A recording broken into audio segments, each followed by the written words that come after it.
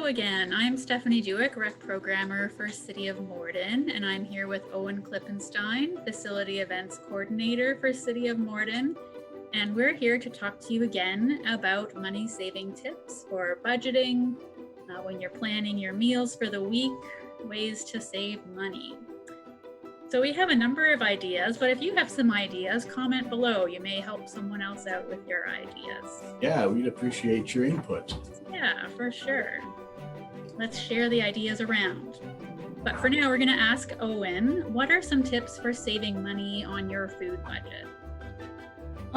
There's so many things we could go into. I guess buying generic label products. Don't let the fancy packaging fool you. Companies pay millions of dollars to make fancy labels and icons and slogans and commercials to catch your eye and take money out of your pockets, basically. Buying the generic brand, like at Co-op, it would be the Sensibles brand. At Superstore would be the yellow no-name brand. Those labels, they're good quality food inside and can give you big savings on your grocery bill.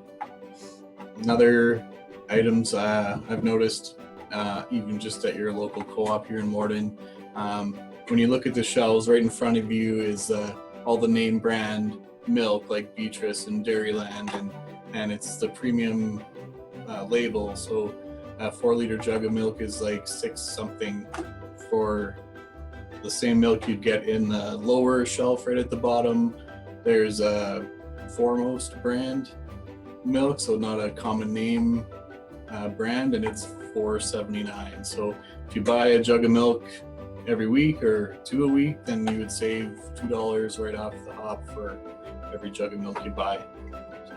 There you go. So using your eyes, looking at all the shelves, that's pretty good. I've noticed with shopping online, I've done some with Superstores, you see the cost per 100 grams, and so it makes it very easy to compare. Yeah, for sure.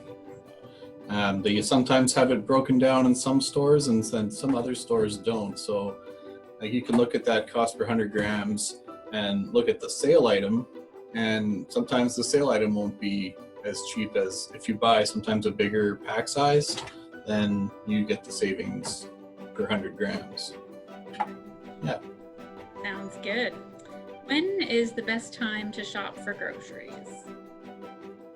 Well, if you're an impulsive person, don't go when you're hungry. Try and shop either an hour after dinner once your blood sugar is back to normal, so you won't buy those extra chocolates and impulse buys, or the processed food and pizza and everything they have ready that you smell when you go in. So you'll probably buy more unhealthy, further processed stuff if you go when you're hungry, and maybe go shopping when you don't feel rushed and when the store is kind of quieter, so you have more time to calculate and plan and read the labels and read the little 100-gram breakdown. So like a Monday night or a Tuesday night, 7 or 8 o'clock, when it's quieter in the store, I think that's a good time to shop. That's a great idea. And some stores have discount days, so that's probably a good time too, although maybe busier on those days. Yeah, but even if you go Co-op Wednesdays at 8 o'clock at night, it's usually pretty quiet by then, and you still get the 5% off. And then you use a discount or a dividend credit card, and you use a Co-op number. So Co-op number, you get your equity for every spend. So if you get your 5% off, your equity money that goes towards that every time using your Co-op number, and a dividend Visa card, then you save quite a bit of money. Yeah, that's true. Yes, I have a dividend Visa card too, and it's very satisfying to see how much money you get back. So there is something nice about that. What other advice can you offer that will help people shop better? Well, everybody buys the basics, right? You buy flour and sugar and butter and coffee, chicken products of some kind, either chicken breast or ground beef. Everyone needs toilet paper and soap. So when those items come on a big sale, then that's the time to buy a few of them, a good supply, buy 2 or 3 or 4 if it's in your budget. And if it's something like chicken or ground beef, you can freeze it, vacuum seal it, whatever you need to do. Toilet paper, buy a few extra and throw it in the basement storage, and maybe don't hoarding buy, but you can definitely stock up on those items. Just make sure when you do that you're going to use it in the time before it expires. Good point. Yeah. I know now in COVID time there seems to be more interest in people buying large amounts of meat at one time, lots of freezer sales. What do you have to say about like buying half a cow or a quarter? What are your thoughts around that? Yeah, if you have a chest freezer and you consume a lot of beef or pork, if you're buying half an animal, a quarter an animal, there's some savings there. It all depends on what your diet consists of mostly. I would like to do that at some point if I had enough people eating with me, but we don't. Between the two of us, it's not worth buying a whole cow, so we kind of shop the meat sales, and that's about it. Yeah, those are good tips. I noticed that the Canada Food Guide uses fresh herbs for some of their recipes. What are some ways you can save on the cost of herbs?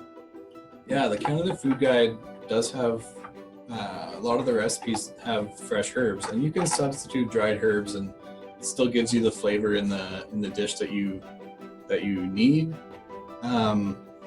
Dried herbs can be really expensive in the grocery store, and fresh herbs even more, and they go to waste. So like dried herbs let's say you go to Co-op or Superstore and you look in the dried herb aisle and you see a container of sage or rosemary or some type of herb, and it's $5, $6, $7 for a little shaker. Or you can go to the dollar store and they have dried herbs as well, and the quality comparison isn't that far off. So a $2 shaker at the dollar store is a better choice than spending $5 or $6 on a herb that's going to sit there and get old anyway. So. That's a good point. How long would herbs last if you grew them in the summer and dried them yourself?